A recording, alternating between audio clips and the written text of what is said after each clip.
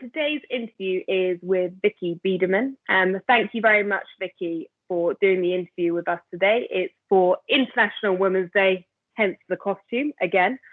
So firstly, Vicki, do you mind just doing a quick introduction to yourself, please?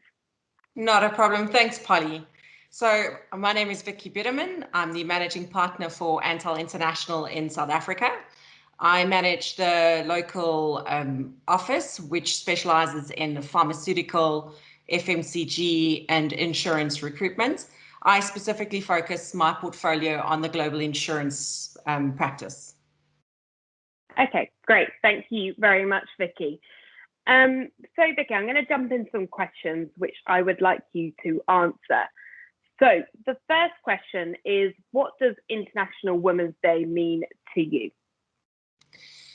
Sure. I think it can be quite a broad answer, to be honest, Polly. I mean, like if we're coming from a country so rich with, history, we have celebrated Women's Day, for so many years based on the powerful women who have led us through so much change in the past. And I know that, International Women's Day was very much used for marches and for women to be able to make a point in terms of, rules and regulations that they don't agree with.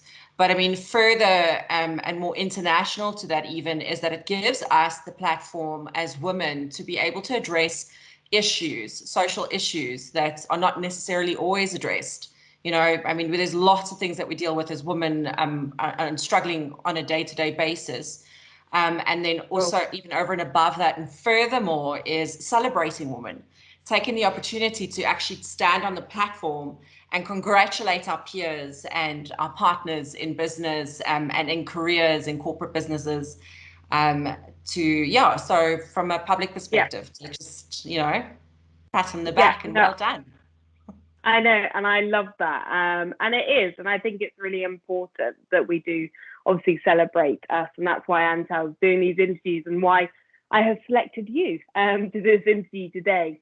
So moving on to the second question, what women inspire you and why?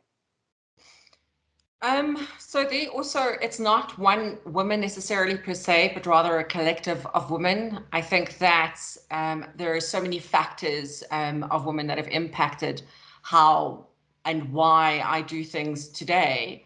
Those women would include the first CEO, the first woman who ran a race when women weren't allowed to run races, the first female president that any country has ever had. More recently, those women who gave up their lives and their families to serve us as frontline workers during a global pandemic, and those who have had to do that before that we necessarily took for granted.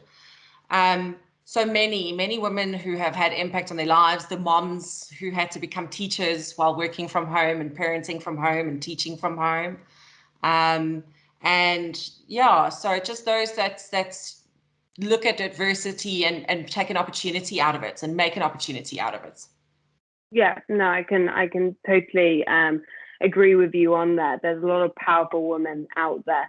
And actually with this year for International Women's Day, it's all about challenge. So the actual theme of it is challenge, and it's about challenging. And like you were saying, women coming the first president and stuff, and it's about kind of making changes. Challenge makes changes, and that's what it's about.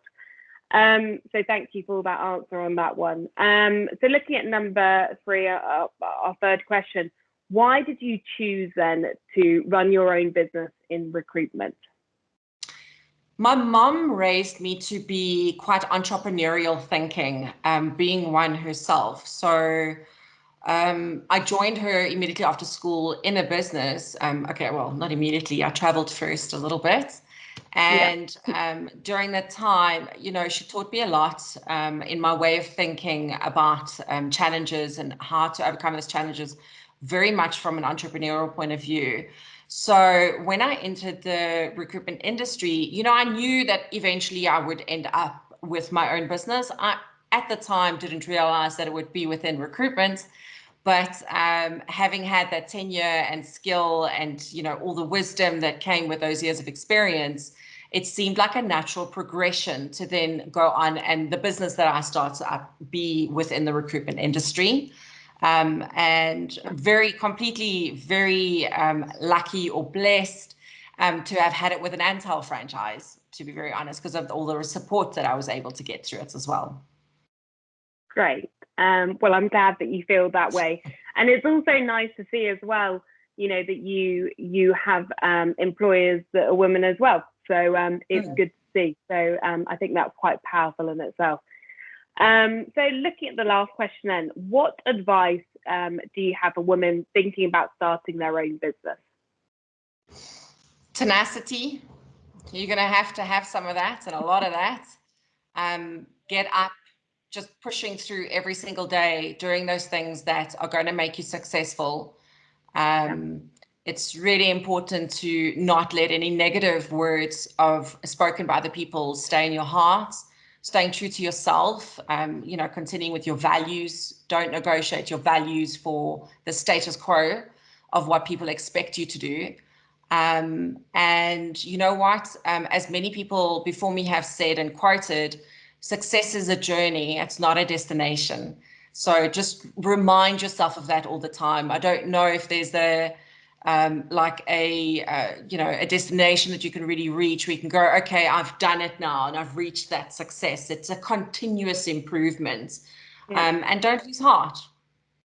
Yeah, I think actually I'm with you on that last point.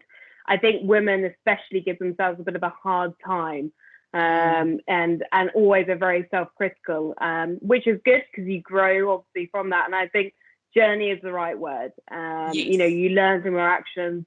I've now turned 30 myself, so I'm now learning, and I didn't realize I'm learning more about myself as well. So thank you very, very much, Vicki. It's been a really good interview. You're a great member of our team and great answers. Thank you. Thank you. No, I appreciate it. Thank you so much.